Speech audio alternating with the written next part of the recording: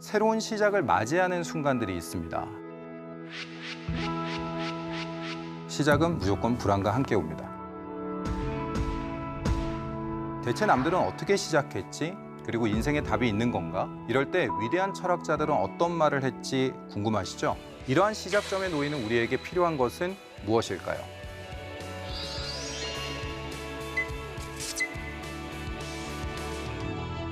안녕하세요. 학생들을 가르치고 있는 윤리 강사 문성욱입니다. 여러분들은 언제 철학을 검색하시나요? 그리고 언제 철학이 궁금해지시나요?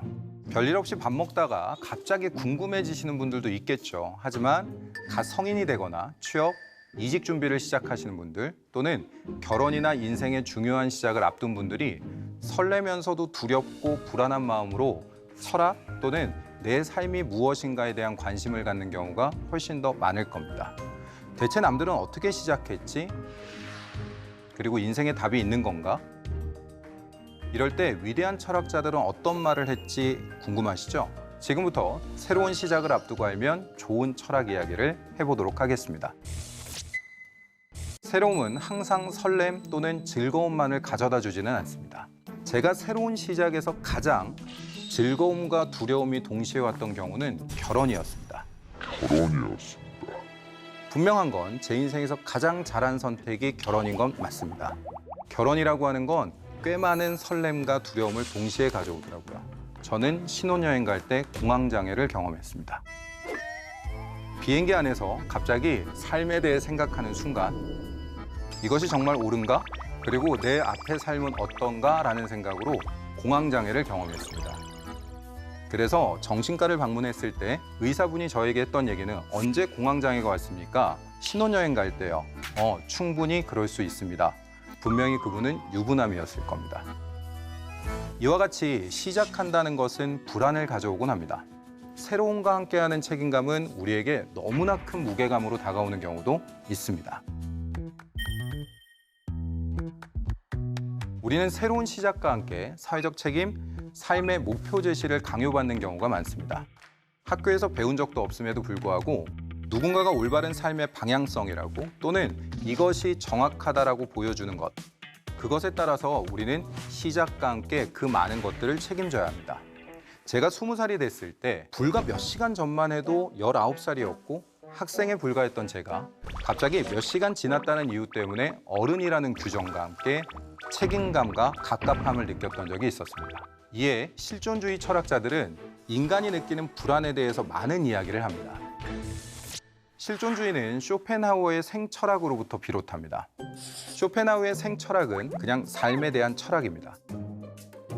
쇼펜하우어는 당시 합리성을 바탕으로 발전하는 이성주의에 반대합니다.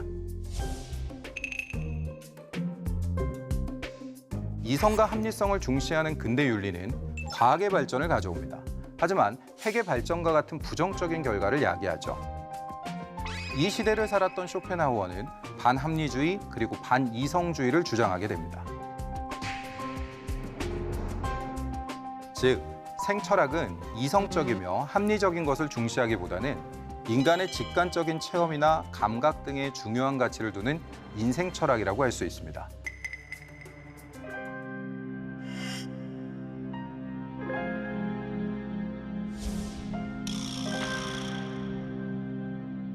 결국 쇼펜하우어는 이에 인간은 오직 생존 의지만 갖는 욕망 앞에 피조물에 불과하다는 극단적인 염세주의로 발전하게 되죠.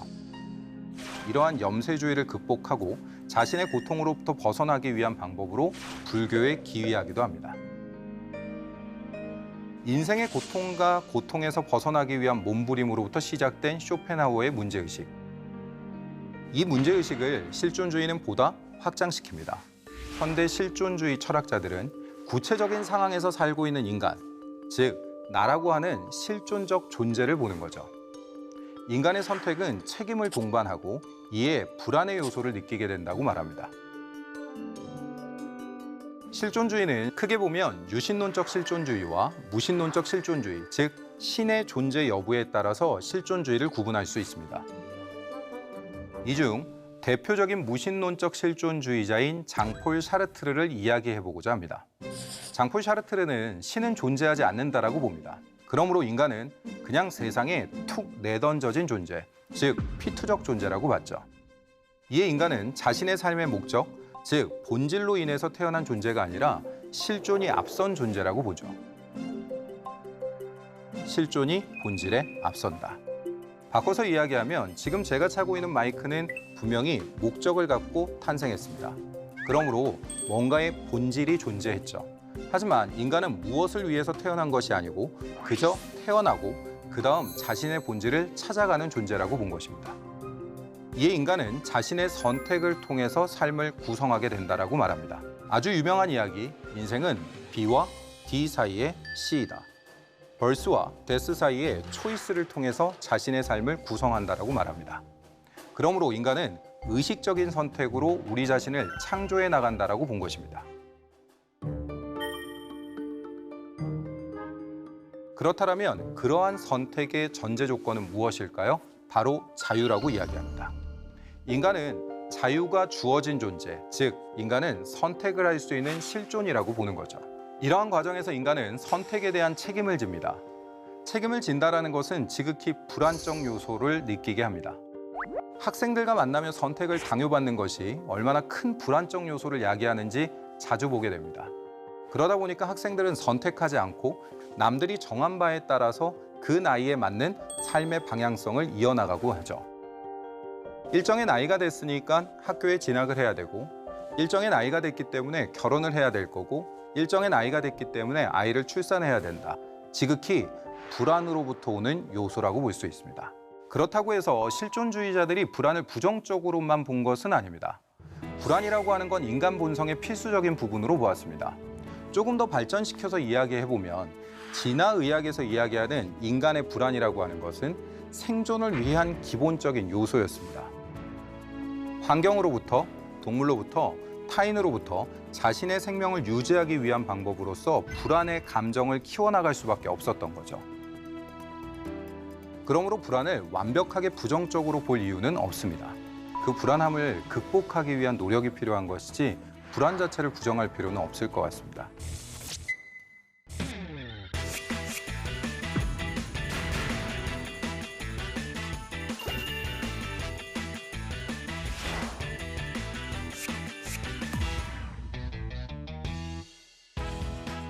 첫째, 시작은 맺음과 함께 한다는 겁니다. 인간의 삶의 선택은 연속성을 보여줍니다. 지금의 선택이라고 하는 것은 과거의 흔적일 수 있습니다. 그렇다면 과거의 맺음이 필요합니다. 새로운 시작을 하는 순간 대부분 새로운 시작에 대한 설레임, 그리고 새로운 시작에 대한 준비만을 생각하지만 실제 내가 지금까지 했던 모든 것들에 대한 맺음으로부터 시작함을 잊지 말아야 됩니다. 지금의 나를 잊게 한 것은 바로 내 자신임을 잊지 않아야 된다는 거죠. 불교에서도 이와 비슷한 이야기를 합니다.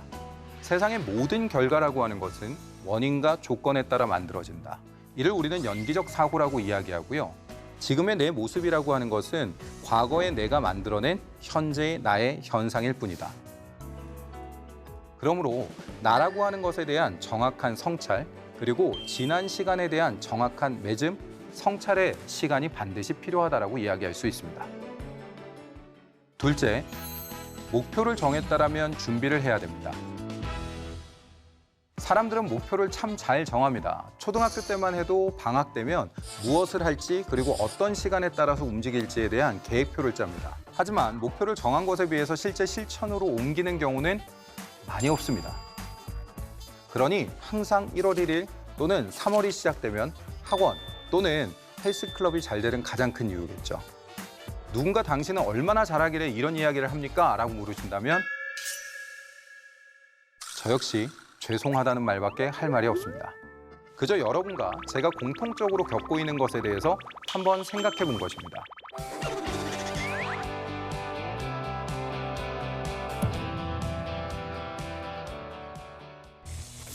셋째, 실천하는 것은 배움으로부터 시작합니다. 제 친구와 이야기하던 중 이 친구를 다시 보게 된 계기가 있습니다. 자신의 일을 잘해가는 사람들을 만나면 꼭 묻는 질문이 있다고 하더군요. 평생 살면서 딱 한 가지만 조언해 줄 게 있다면 말해 줄 수 있는가? 실제 경험한 사람 또는 여러 가지 경험을 한 사람들에게 듣는 한마디가 많은 것을 배우게 한다고 하더군요. 배움이라고 얘기하는 것은 반드시 공부만을 이야기하는 것은 아닙니다. 우리보다 더 많은 경험을 했던 또는 더 많은 실패를 했던 사람들로부터 듣는 이야기, 그것들이 모두 다 배움이 될 거고 그 배움은 우리에게 큰 자산이 될 겁니다. 공자도 이와 비슷한 이야기를 합니다. 생각 없이 배우면 얻는 것이 없고 배우지 않으면 위태롭게 된다. 노자의 도덕경에도 절앙무라는 말이 있습니다. 배움을 끊으면 근심이 사라진다. 얼핏 보면 공자가 이야기한 것과 반대되는 것처럼 보이지만 여기서 말하는 배움을 끊는다라는 것은 단순한 지식의 습득을 통해 자기 확신이 강해지는 것을 경계하라는 말입니다. 어느 연예인분이 세상에서 가장 무서운 자는 한 권의 책만을 읽은 자이다 라고 말씀하셨더군요. 배움으로부터 시작하되 그것이 의심과 비판과 성찰이 없는 지식이라면 진정한 지식이라고 할 수 없을 겁니다. 각자의 시작에 필요한 배움을 통해 우리는 불확실성에 대한 두려움을 줄일 수 있을 겁니다. 또한 자신의 지식에 대한 성찰을 통해 힘 있는 첫걸음의 바탕이 만들어질 수 있을 겁니다. 넷째, 반복이 결과를 만듭니다. 습관의 힘의 저자 찰스 두이그는 핵심 습관을 바꾸면 그 밖의 모든 것을 바꾸는 것은 시간 문제일 뿐이다 라고 말했습니다. 하지만 습관을 바꾸는 것은 본능에 반하는 것이 많습니다. 이게 참 어려운 일입니다. 아침에 일찍 일어나는 것도 힘들고요. 그리고 다이어트 하는 것도 힘들고요. 제가 필라테스를 요즘 하면서 가장 많이 느끼는 건 필라테스의 핵심은 필라테스 장소까지 가는 게 핵심입니다. 가면 어떻게든 하지만 가는 게 너무나 힘듭니다. 하지만 반복과 반복이 거듭되면 결과를 만들어냅니다. 고대 철학자 아리스토텔레스는 덕이 실현되는 것, 행복이 실현되는 것은 지성적인 영역의 탁월함을 바탕으로 의지의 습관화가 이루어져야 된다고 말합니다. 아리스토텔레스는 인간은 의지의 능력을 지니고 있다고 말합니다. 하지만 모두 다 그 의지의 탁월함을 지니고 있는 것은 아니죠. 의지의 탁월함은 지속적인 실천, 즉 노력의 결과라고 이야기합니다. 한 마리의 제비가 봄을 몰고 오지 않는다. 즉 한순간의 쾌락이나 즐거움이 완전한 행복을 가져오지는 않는다라고 말하는 거죠.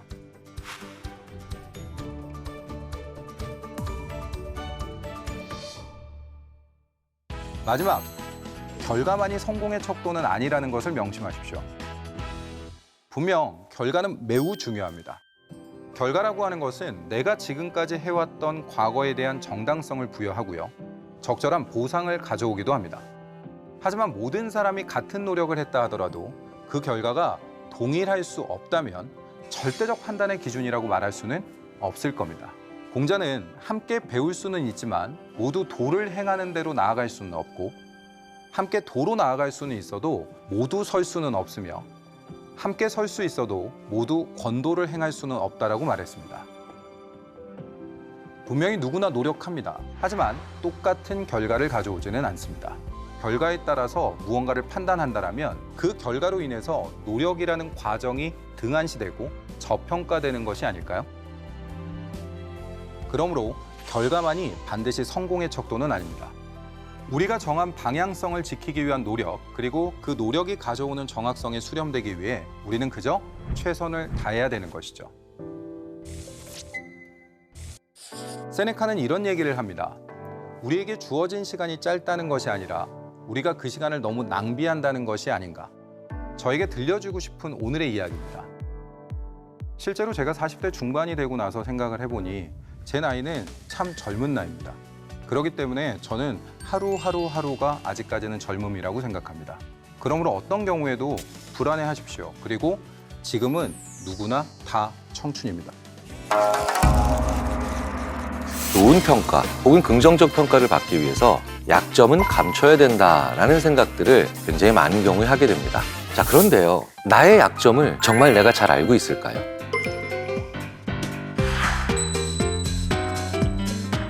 늘 남의 말을 자르는 것이 정말 중요한 약점인 사람은 자기의 논리가 항상 약점이라고 생각하고요.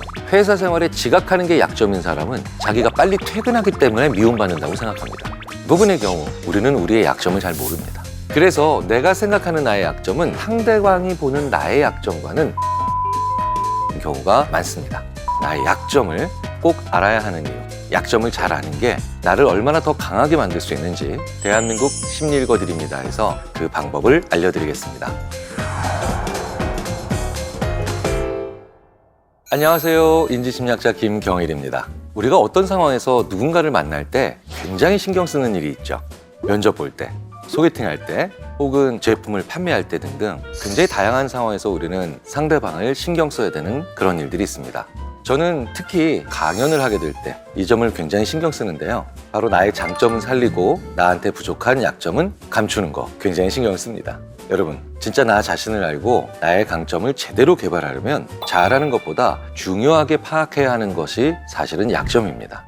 약점을 제대로 알면 그 약점을 활용해서 나 자신을 더 강하게 만들 수 있거든요. 동일한 시간이 주어졌을 때 같은 시간 내에 나의 강점으로 획득하는 득점이 더 많을까요? 아니면 약점으로 잃어버리는 실점이 더 많을까요? 일반적인 상황의 경우엔 약점으로 하는 실점이 강점으로 하는 득점보다 평균적으로 2~3배 더 많은 것이 사실입니다. 야구에 한번 비유해 볼까요? 야구팀이 공격만 잘한다고 이길 수 있을까요? 절대로 아니겠죠. 정말 강팀은 수비도 잘 이루어질 때만 승리할 수 있는 강팀이 됩니다. 수비를 잘 한다는 것, 무슨 말일까요? 가능한 실수를 줄여서 실책을 만들지 않는 거죠. 우리가 특히 약점 때문에 실수가 많아질 때가 있어요. 언제일까요? 바로 중요할 때, 결정적일 때, 이럴 때죠. 큰 경기에서는 강팀이 이긴다기보다는 약점이 없는 팀이 이기게 되는 경우가 더 많습니다. 왜겠습니까? 중요할 때 실수가 많아지거든요. 그렇기 때문에 중요한 경기에서는요, 아무리 홈런, 안타 많이 쳐도 실책 많은 팀이 대부분 지게 되어 있는 것이 현실입니다. 이렇게 중요한 순간에 강점으로서 하는 득점보다 약점으로 하는 실점이 훨씬 더 많기 때문에, 자, 그러니 면접이나 중요한 미팅 같은 자리에서 더 좋은 점수를 따려면 우리가 평소에 스스로의 약점을 잘 파악하고 그 약점을 잘 컨트롤할 수 있어야 한다는 거죠. 자, 우리는 약점을 감춘다는 표현을 주로 씁니다. 그런데 이 감춘다라는 동사에 한번 생각을 집중해 볼 필요가 있어요. 우리가 무언가를 감춘다고 할 때 어떻게 그 행동이 성립될 수 있을까요? 상대방이 아직도 그걸 모르고 있기 때문에 감출 수 있다는 말도 성립이 가능한 거겠죠. 즉, 상대방이 알까 두려운 것들을 우리가 감추잖아요. 그러니까 감추고 싶은 나의 약점이라고 하는 건 내가 정말로 약한 게 아니라 내가 이런 측면이 있다는 걸 상대방이 알까 두려운 거라고 봐야 되겠죠. 이게 무슨 뜻일까요? 내가 약점이라고 생각하는 게 객관적인 약점은 아닐 수도 있다는 겁니다. 말을 엄청 생각한 후에 천천히 이야기하는 사람이 있다고 한번 가정해보죠. 그런데 이 사람이 면접에서는 그런 모습을 안 보이려고 한단 말이에요. 왜? 내가 대답을 늦게 하는 것, 생각이 많은 걸로 면접관이 평가절하할 거라고 생각을 하고 염려를 하기 때문이죠. 그런데 만약 면접관이 신중한 사람을 좋아하고 또 면접관이 너무 성급한 사람을 싫어한다면 신중하게 생각하고 답하는 나의 모습은 굉장히 중요한 강점이 될 수 있다는 겁니다. 그래서 저도 제 약점이라고 오해해서 먼저 감추게 되면서 오히려 엉뚱하게 보이는 경우 굉장히 많았죠. 저는 저의 영어 실력이 약점이라고 생각을 했습니다. 그런데 발음을 제대로 하려고, 문법적으로 얘기하려고 계속해서 노력하면서 내 약점을 줄이면서 얘기를 하고 강의를 하다 보니 외국 학생들이 핵심이 없다라고 뭐라 그러더라고요. 강의에 내용이 없대요. 그들이 나로부터 보고 싶어 하는 건 저의 유창한 발음 아니겠죠. 그리고 저의 문법적으로 아무 문제 없는 영어 아닐 겁니다. 그들이 저에게 듣고 싶었던 건 이 과목의 핵심으로 인해서 자신들이 졸업하고 난 다음에 혹은 고국으로 돌아가고 난 다음에 어떤 일과 연결시킬 수 있는가에 대한 통찰을 얻고 싶었겠죠. 즉, 저의 약점은 제가 생각하는 약점이 아니라 그들의 눈의 약점인데 저는 그걸 못 봤던 거예요. 사실 내가 무언가를 감추고 싶다라고 하는 건 내 생각이 아니라 상대방 생각에 대한 나의 추정인 경우가 대부분입니다. 상대방이 나의 이러한 점을 보면 이렇게 생각하겠구나 라고 하는 그런 나의 추정이죠. 실제로 강점과 약점이라고 하는 건 철저히 이렇게 맥락 중심적인 거거든요. 그래서 내가 생각하는 나의 약점은 의외로 상대방이 보는 나의 약점과는 상당히 거리가 있는 경우가 많습니다. 그러니까 우리한테 진짜 필요한 건 내가 뭐가 부족하지? 이렇게 내가 얘기했을 때 넌 이런 게 조금 부족해. 넌 이런 건 보완이 필요해. 라고 허심탄회하게 말해줄 수 있는 그런 사람이 필요하다는 거죠. 그런 얘기를 나에게 솔직하게 해줄 사람이 없다는 게 나의 진짜 약점인 겁니다. 그럼 나의 약점을 아주 친절하게 명확하게 잘 짚어줄 수 있는 사람, 어떤 사람일까요? 일단 가족이나 아주 가까운 친구는 여기에 해당되지 않을 가능성이 꽤 높습니다. 왜냐고요? 아주 가까운 친구나 가족은 나의 약점이 이젠 익숙해져서 거슬리지 않기 때문에 심각하지 않거든요. 즉 그 사람들 눈에는 나의 단점이 오히려 객관적으로 보이지 않는다는 거예요.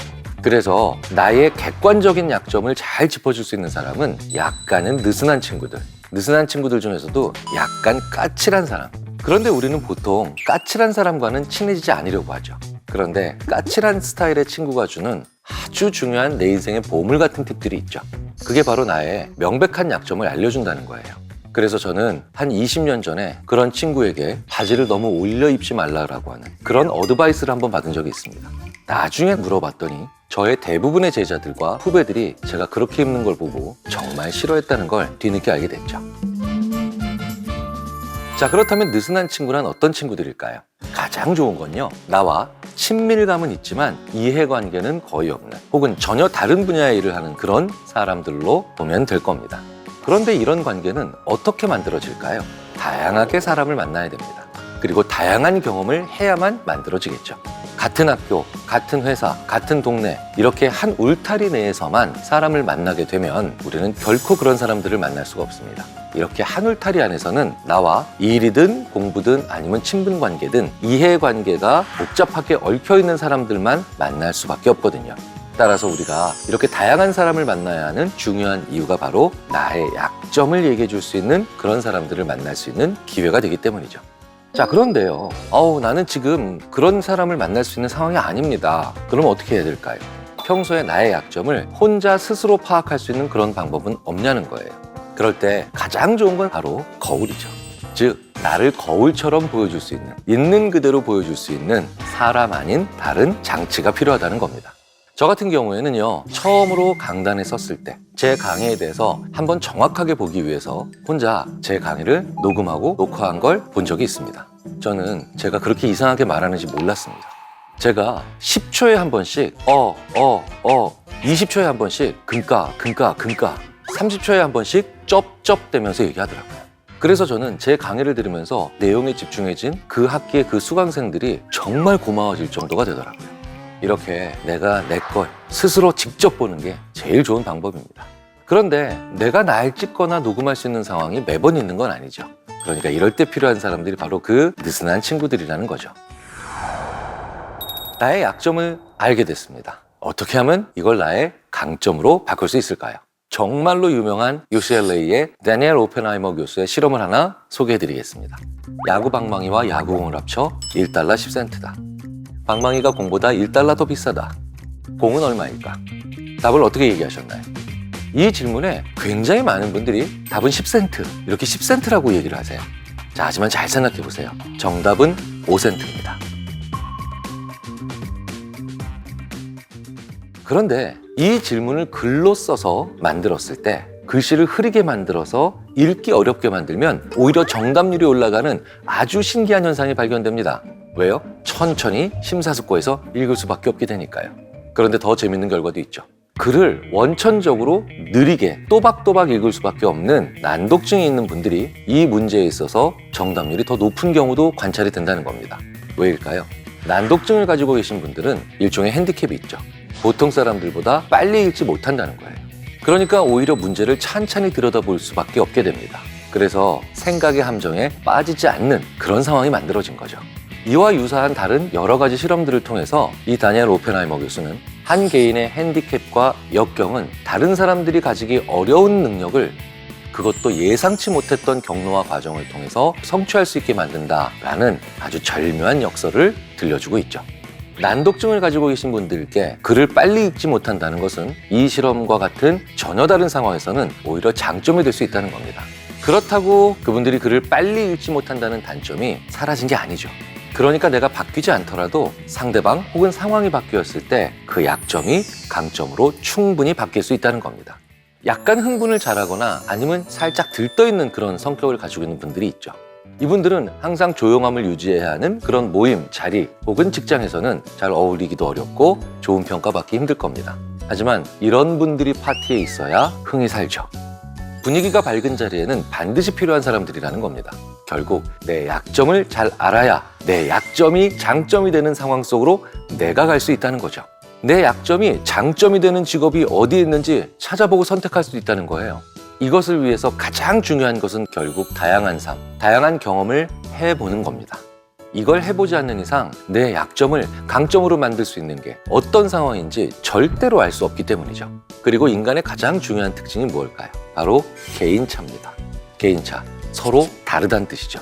그래서 대부분의 동물들은 이런 습성이 있어 라고 얘기할 수 있는데 인간은 어떤 습성을 가지고 있지? 의외로 너무 어려운 질문이 돼버리죠. 왜? 오른쪽 좋아하는 사람이 있으면 왼쪽을, 더운 거 좋아하는 사람이 있으면 추운 쪽 좋아하는 사람이 따로 있으니까요.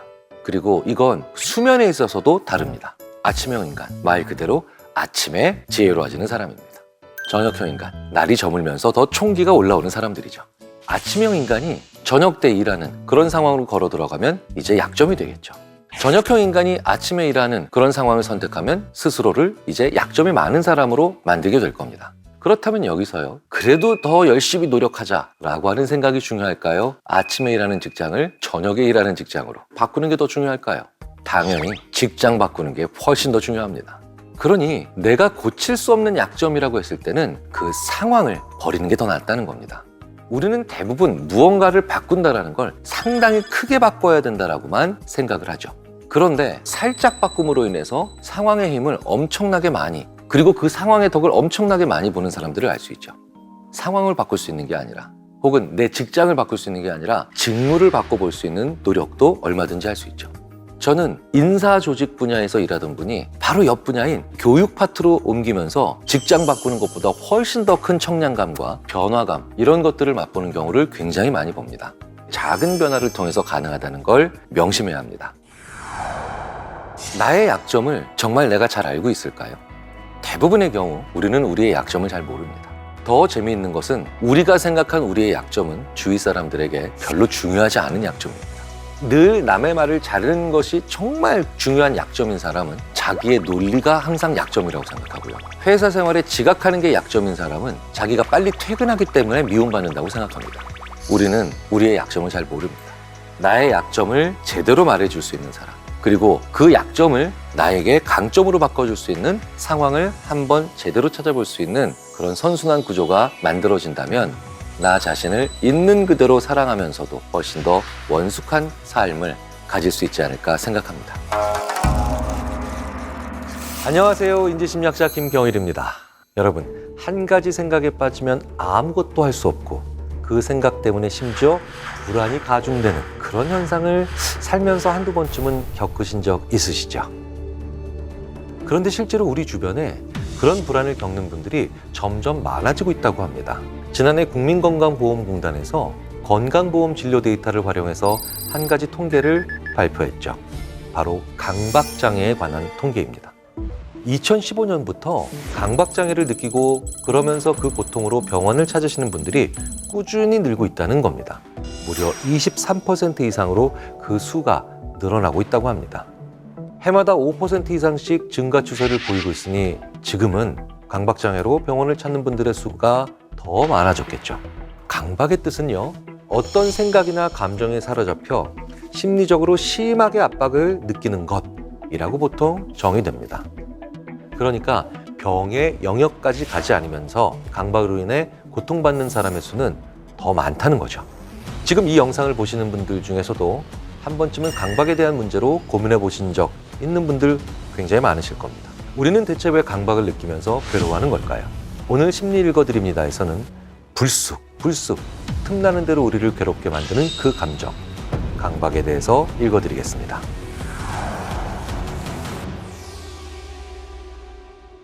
먼저 여러분께 꼭 강조드리고 싶은 게 하나 있습니다. 이 강박은요, 지능의 문제는 아니라고 봐야 합니다. 다만 내 인지적 방법의 문제라는 거죠. 강박이라고 하는 것이 기본적으로 나의 통제를 넘어서 자꾸 무언가 생각이 나는 걸 의미하잖아요.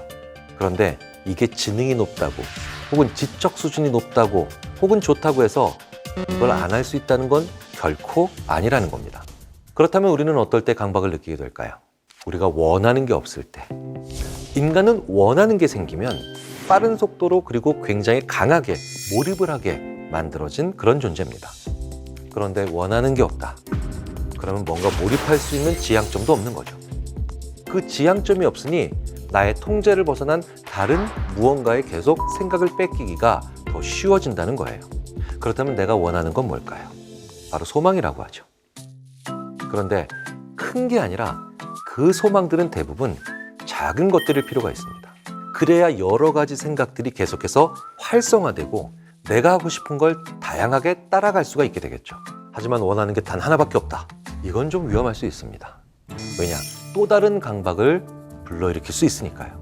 그런데 우리는 원하는 다양한 소망이 없고 걱정만 있으니까 그렇게 만들어진 걱정이 모든 생각에 그리고 사고의 틈을 파고든다는 거예요. 소망을 만들어야 한다 이렇게 말씀드렸을 때 그렇게 어떻게 해야 만들 수 있나요? 라고 되물으시는 분들 정말 많으세요.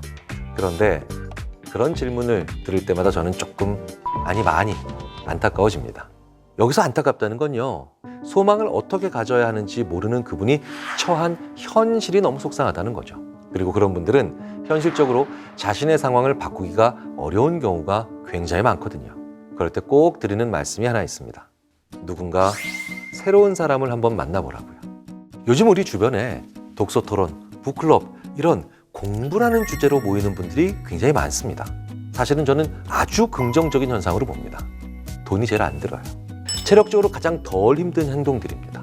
이런 것들은 무언가를 작지만 새로 배울 수 있는 자리들, 느슨하지만 다양하게 새로운 사람들을 만날 수 있는 최고의 기회가 됩니다. 이런 것들은 꼭 시작하셔야 됩니다. 만약에 그렇지 않고 내 상황에만 빠져 있으면서 주변에 눈 돌릴 곳이 없으면 또 걱정이 파고들게 되거든요. 자, 이렇게 새로운 사람을 만나면서 내 생각에도 새로운 화제거리를 주기 위해서 그 무엇보다도 좋은 건 지금 내가 하는 일 혹은 내 직업 이런 것과 크게 상관이 없는 그런 새로운 공부를 하시는 거, 그런 책을 읽으면서 토론하시는 거, 그 무엇보다도 좋은 기회가 될 겁니다. 여기서 중요한 게 또 하나 있죠. 바로 나 스스로 나에게 감탄할 거리를 만들어줄 수 있는 기회가 필요하다는 겁니다. 우리는 모든 영역에서 전문가가 되어가면서 자기 스스로에게 더 이상 감탄할 것들이 사라지게 되죠. 그러니 전문가가 아닌 영역으로 가보실 필요가 있다는 거예요. 즉 내가 초보자가 되어볼 필요가 있다는 겁니다. 내가 기꺼이 초심자나 초보자가 되는 걸 두려워하시면 안 된다는 거예요. 초보자는 금세 나아지거든요. 성장의 그 기울기가 눈에 띄거든요. 그래서 문화, 예술, 취미, 레저, 그리고 내가 하는 일과 직접 상관이 없는 그러한 분야에 대한 공부가 그래서 필요하다는 겁니다. 이렇게 스스로 집중하고 스스로 감탄할 거리가 생길 때 우리가 외부의 존재에서 느끼는 강박에 빠질 확률은 그만큼 줄어든다는 겁니다.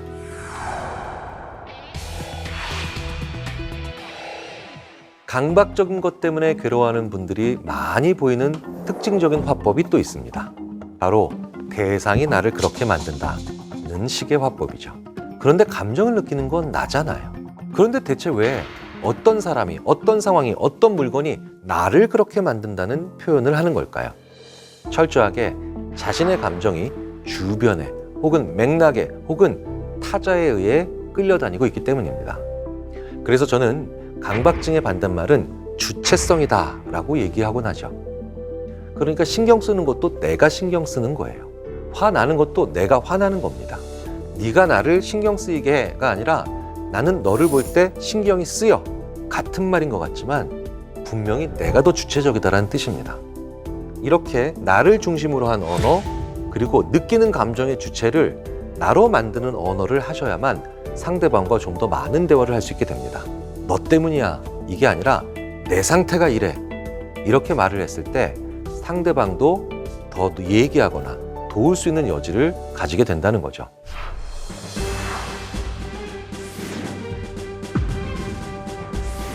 강박을 비롯해서 통제할 수 없는 불안을 느끼는 많은 분들이 이유를 모르겠다고 말씀을 많이 하세요. 왜 그럴까요? 불필요할 정도로 추상적인 언어를 하시기 때문입니다.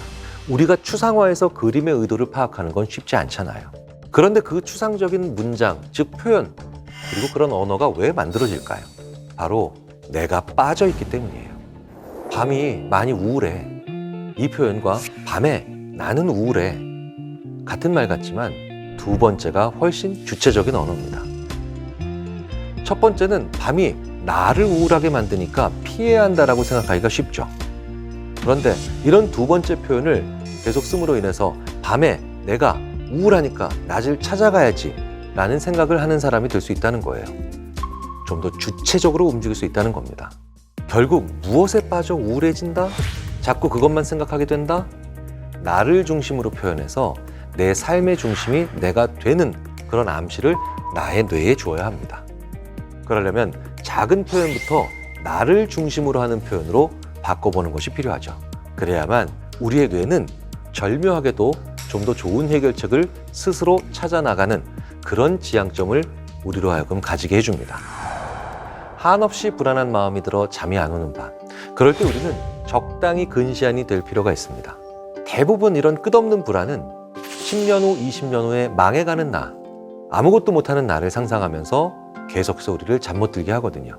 하지만 내일 할 일, 이번 주에 할 일, 이렇게 비교적 단기간에 걸친 해야 될 일들을 주무시기 전에 한번 일목요연하게 써보시는 건 어떨까요? 이런 단기 계획을 앞서면서 우리는 훨씬 더 앞으로의 미래에 대한 계속해서 해야 될 일들에 대한 구체적인 생각들을 가질 수 있거든요. 정말 많은 대학원생들이 입학하고 첫 학기에 첫 면담에서 저에게 하는 질문이 있습니다. 교수님, 저 불안해요. 2년 반 후에 석사학위 받고 졸업하면 원하는 직장에 들어갈 수 있을까요? 이렇게 많은 대학원생들이 2년 반 후를 불안해하죠. 그러면 저는 그때마다 이렇게 얘기해 줍니다. 네가 고민해야 될 건 다음 주의 과제다. 네가 고민해야 될 건 내일 발표야. 우리는 미래를 생각하기 때문에 인간입니다. 하지만 다양한 종류의 혹은 다양한 간격의 미래를 생각하기 때문에 더더욱 현명한 인간이죠. 막연히 먼 미래는 그냥 불안할 수밖에 없습니다.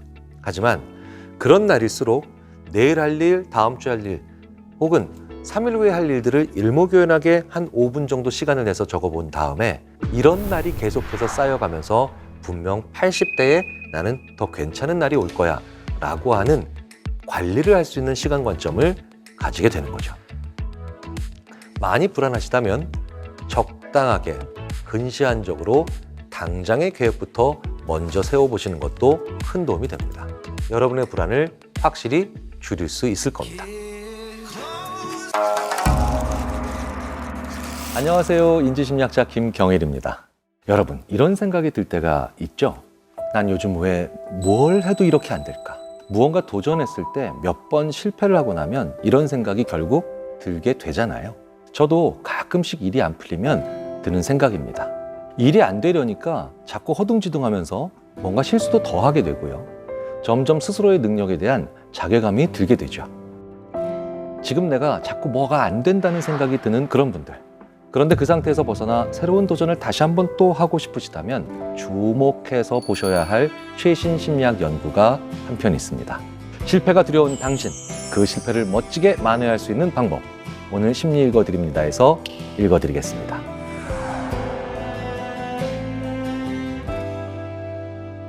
우리는 살면서 참 많은 도전을 하게 됩니다. 학교 다닐 때는 계속해서 평가를 위한 시험이 준비되어 있고요. 성인이 돼서도 그게 자격증 시험이든 아니면 취업을 위한 면접이든 어떤 도전을 해야 하는 경우는 우리가 인생을 살면서 당연히 계속 생기고요. 그럴 때 망쳤다 혹은 실패를 경험했다. 당연히 그건 두렵죠. 실패에 대한 두려움은 인간에게 사실 너무나도 당연한 감정입니다.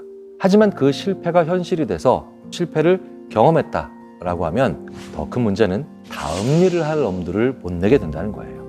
실패를 하고 난 다음에 느끼는 부정적 감정보다 이후에 비슷한 일을 했을 때 다시 또 실패를 할지 모른다 라고 하면서 그 실패를 기다리는 고통 때문에 그 일을 피하려고 하는 경우가 더 많은 것 같기도 합니다. 실패가 무서운 게 아니라 실패 후 새로운 일을 하지 못한다는 것, 아주 작은 실수조차 두려워하면서 아무것도 할 수 없게 되는 그런 상황으로 갈 수 있다는 거죠. 실패 후 사람들이 빠지게 되는 최악의 상태 중에 하나는 나를 믿을 수 없다는 겁니다. 시험을 마치고 난 다음에 좋은 점수가 있을 거야 라고 생각했는데 결과는 그 반도 안 되는 점수가 나왔다. 이런 일이 반복되면 사람들은 어쨌든 결과는 내 의지와 무관해. 나와 상관이 없이 결과는 벌어지게 돼 있어. 이렇게 되겠죠.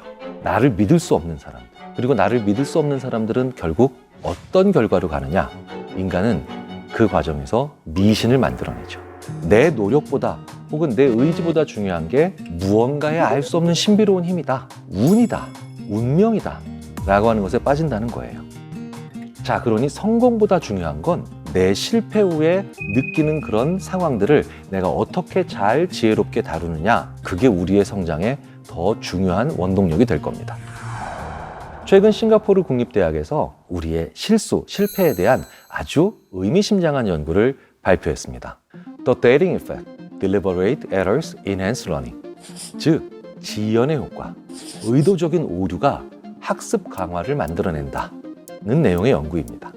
우리가 잦은 실패를 하면 어떤 실수도 안 하려고 하죠. 왜냐하면 그 실수가 두려워서 아무 일도 안 하게 된다는 거예요. 하지만 이 연구는 오히려 실수가 학습에 아주 도움이 된다는 그런 이야기를 하고 있습니다. 실험 과정에서 무조건 실수하게 되는 시험 상황을 설정하고요.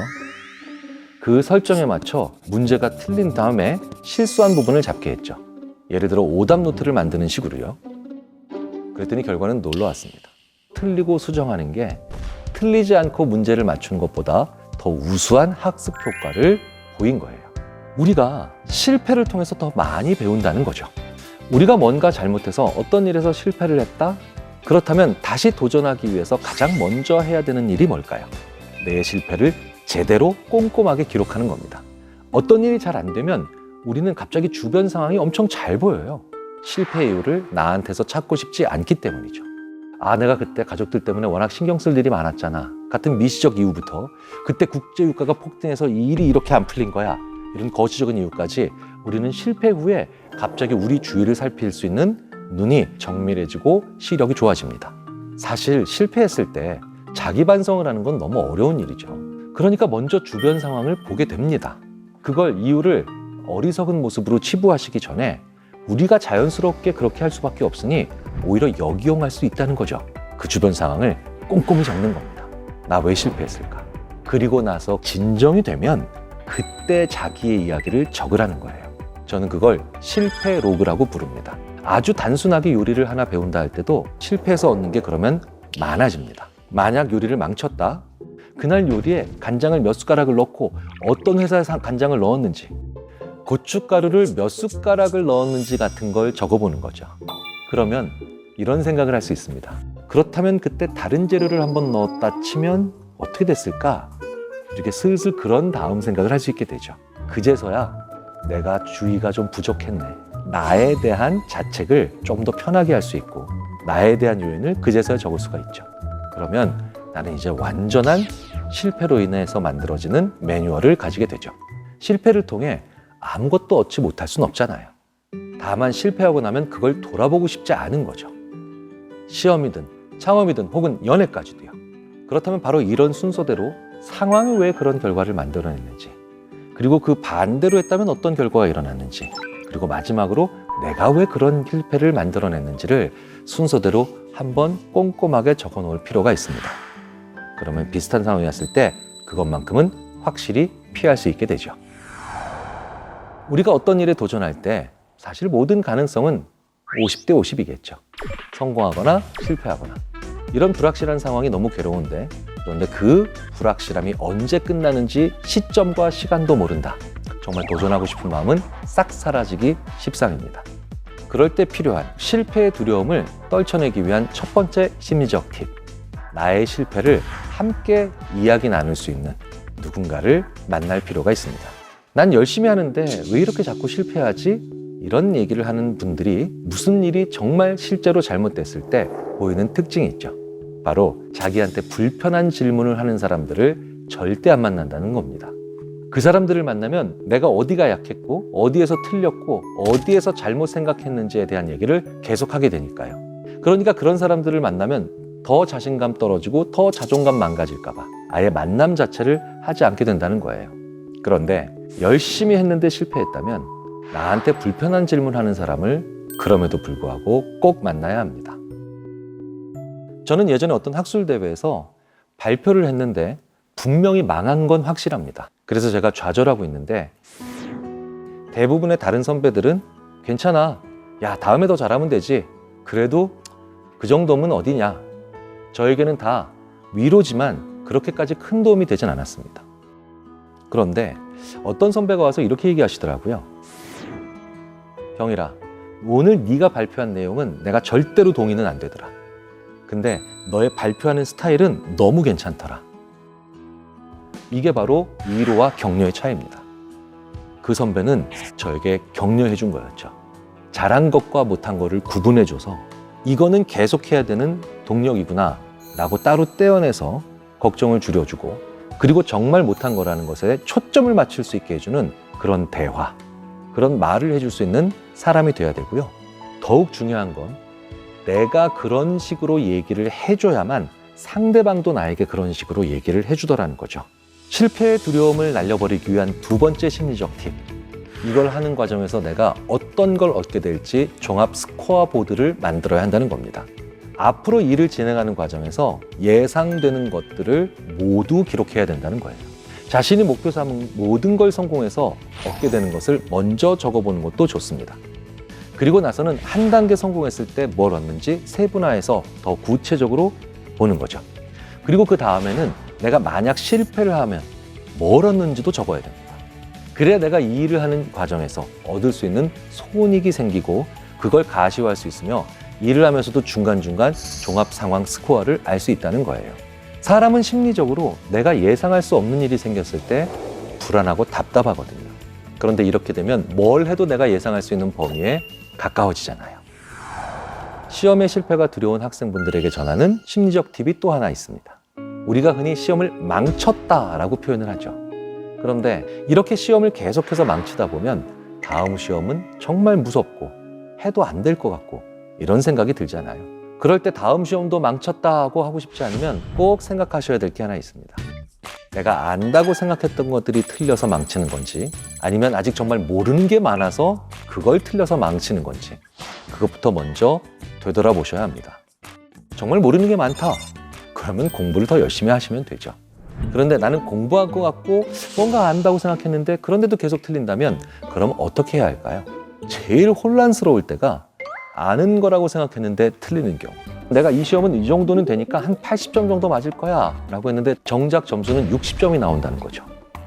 그나마 이건 낫습니다. 70점 맞을 거라고 생각했는데 30점 나와요. 내 자신이 저주스럽습니다. 난 꽤 많이 알아 했지만 사실은 아직 잘 몰랐던 거죠. 자, 이런 실수나 이런 결과는 왜 만들어지는 걸까요? 머릿속으로만 공부했기 때문입니다. 말을 거의 안 했다는 뜻이기도 해요. 자기 능력을 오판하기 딱 좋은 상황이 됩니다. 이걸 메타인지적 착각이라고 합니다.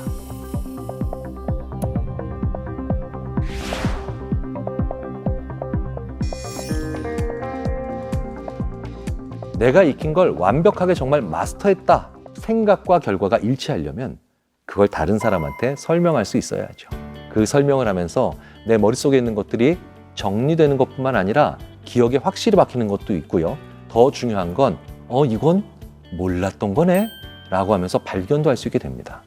그래서 반에서 공부 잘하는 친구들한테 가서 막 모르는 거 물어보잖아요. 사실은 근데 그건 그 친구를 점점 더 강하게 도와주는 겁니다.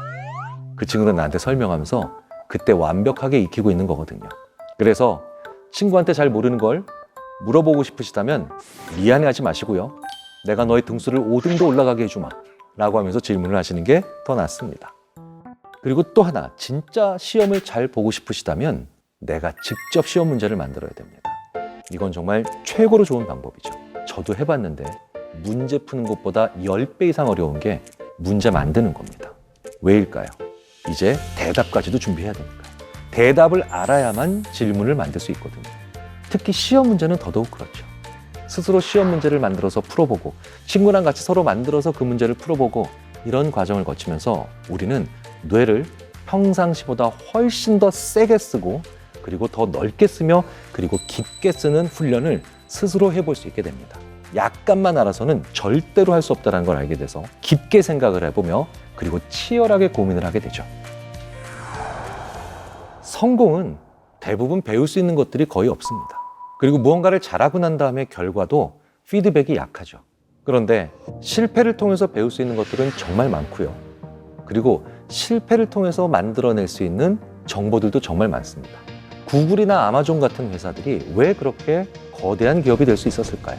우리나라 기업 중에서도 글로벌 기업이라고 부를 수 있는 그 엄청난 기업들은 왜 그게 가능했을까요? 가장 많이 실패를 해봤기 때문에 가장 많은 정보를 가지고 있고 가장 많은 노하우를 가지고 있다는 겁니다. 실패를 하고 있다는 건 내가 성장하고 있다는 거고요. 그리고 실패를 했을 때는 이제 무언가를 더 배울 수 있는 절호의 기회라는 걸 우리가 잊으면 안 되겠습니다.